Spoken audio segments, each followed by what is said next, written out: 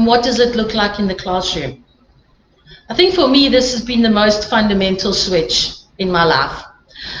As I said, I've had a number of diverse teaching experiences in different countries, and I can remember as a teacher spending hours and hours and hours and hours and hours preparing a lesson according to a set of criteria that I had to fulfill in order for that lesson to be graded as outstanding. So I had to make sure that the students were engaged in peer work, there had to be some group work, I had to make sure that there were visual kinesthetic and auditory activities. Had to find ways of, proving that the students had made progress. And it was all about what can the teacher do to tick a list of things in order to say that learning has happened.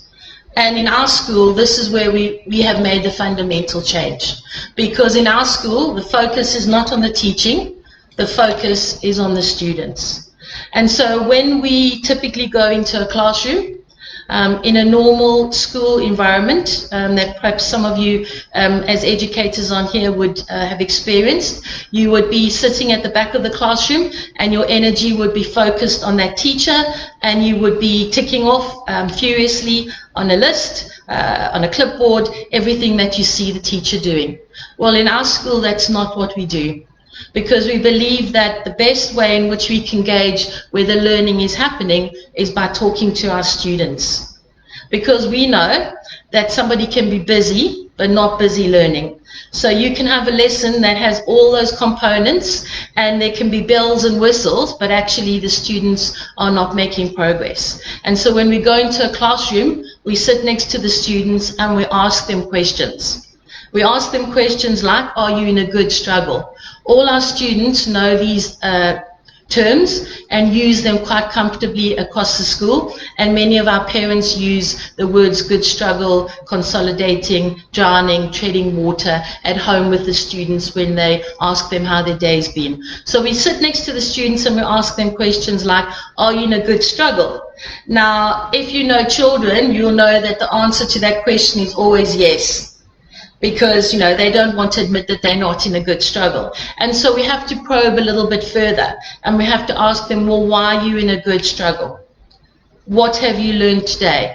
What do you know now that you didn't know at the start of the lesson? So we really have to probe them and ask the learning focused questions to determine whether they are in a good struggle or whether they are treading water, in which case what is the teacher doing to intervene, to provide them with challenge, and if they're drowning, what kind of support are they getting? And so the focus has changed. So we don't talk about teaching and learning, we talk about learning. And I think that's fundamental. And that to me has been the most significant change to my outlook in terms of education over the last 18 years that I've been involved in education and in schools. And so what does it look like in the classroom? So it looks like students engaged in their learning, students talking about their learning, students being comfortable about saying whether they're in a good struggle or in a bad struggle, students knowing what to do when they don't know what to do. And I'll just repeat that, knowing what to do when they don't know what to do. And that's fundamental. So knowing how you can get support if you don't know what to do, if you're drowning, knowing how you can get support if you want to be extended. And so our goal is really to make sure that all our students are in that good struggle. So shifting the focus to the students is obviously key in a learning focused school. And this is just a couple of examples of year 6 students in a maths lesson and what they've said when they've been asked about whether they're in a good struggle. So they said, when you're in a good struggle, you have to think really hard to answer the question. So there's that appreciation and that understanding that learning is not easy. Sometimes I make mistakes, but that's okay, because then I'm shown how to get it right. So they are comfortable making mistakes, which develops resilience, because they know that through making mistakes, they get better. And when they're in a good struggle and they don't know the answer right away, they have to think. And giving children thinking time in the classroom is extremely important. Not just asking a question as a teacher and then, immediately expecting 20 hands to shoot up. Actually, asking a question, giving children time to think is extremely important so that they have time to engage their brain. I actually, in my year 11 GCSE history class, often used to use this analogy. Does your brain feel like it's climbing a hill, or does it feel like you're lying in a hammock? So what I want them to be able to do is to understand that whatever task they are completing, if they're writing an essay in history, their brain needs to feel like it's climbing a hill. Not to the extent that they actually feel like they're going to pass out because it's so tough, but they feel like they are on a hill, and that if they really persevere and they just put one foot in front of the other, they're going to get there. So they're going to be in that good struggle. What we don't want them to feel like is that they're just lying in a hammock, having an easy time, and we certainly don't want them to feel like they are drowning. So good struggle, what does that look like? It's challenging. You make mistakes. It can be hard, and you have to think. So the students are aware of this, and they know that they need to be challenged. And what does the teaching look like? It means that we have to be supportive. We have to be nurturing. We have to be encouraging, and that's really important. So what are the attributes of a learning-focused school? I'm just going to drink a sip of water. The attributes of a learning-focused school, and these are some of the things that we obviously aspiring to achieve, is believing that all the decisions that we make as a school should be learning focused and should be improving the learning. That's fundamental. So that means changing the way you conduct your meetings with your leadership team, with your teachers, with your parents, so that all the decisions that we make are about improving the learning. I'm in our wonderful refurbished library at the moment. You obviously can't see it. I wish I could give you a tour. But one of the fundamental decisions that, and one of the fundamental reasons why we made a decision to refurbish this library was because we actually knew that the space that we had prior to this was not improving the learning.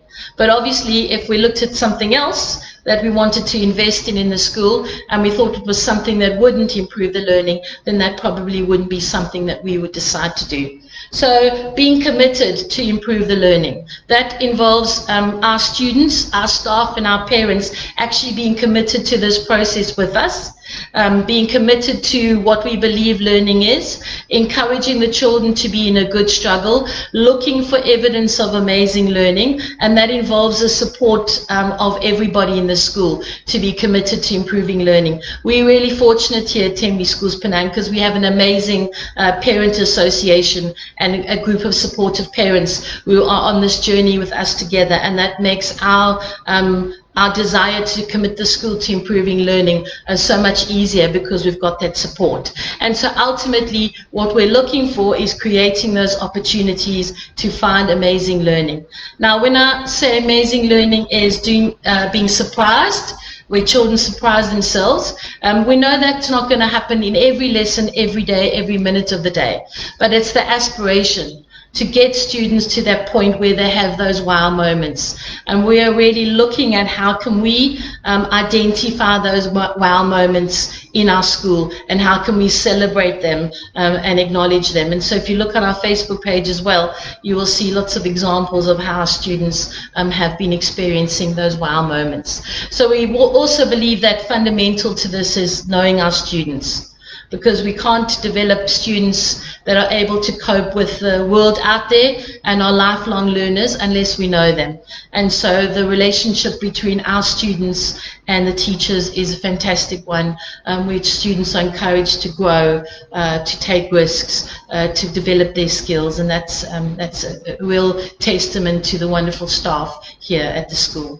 And so ensuring that our students obviously are prepared, no matter how much we focus on developing learning in the school, obviously we know there comes a time time in the student's life where they have to perform in an external assessment like the IGCSE or the SPM, and so we are continually looking at how we can ensure that good struggle is happening in such a way that those students are prepared for that moment when they'll write an external exam. And our students year on year are achieving excellent results in those external assessments, and that's down to their commitment and the commitment of the community behind them and supporting them. And so just to summarize, what do we mean by amazing learning? So in order to achieve amazing learning, we believe you need to have a focus on learning. That starts with understanding the brain and how learning happens. It then moves on to looking at the stages of learning, making sure children are in a good struggle and engaging with students in the classroom. So actually finding out whether students are learning. Are they busy or are they just busy learning? So it's really about involving the students in their own learning. And that will ultimately lead to what we believe is more and more moments of amazing learning, where students actually surprise themselves and us by what they can achieve, and when they achieve things that they didn't think was possible. And so that's why for us as a school and for ISP, our vision is to have amazing learning. And we know that that will translate into global success. And we're really proud of our students when they leave us in the sixth form, because they go on to get accepted in very prestigious institutions, and that's a testament to them and to the community supporting them.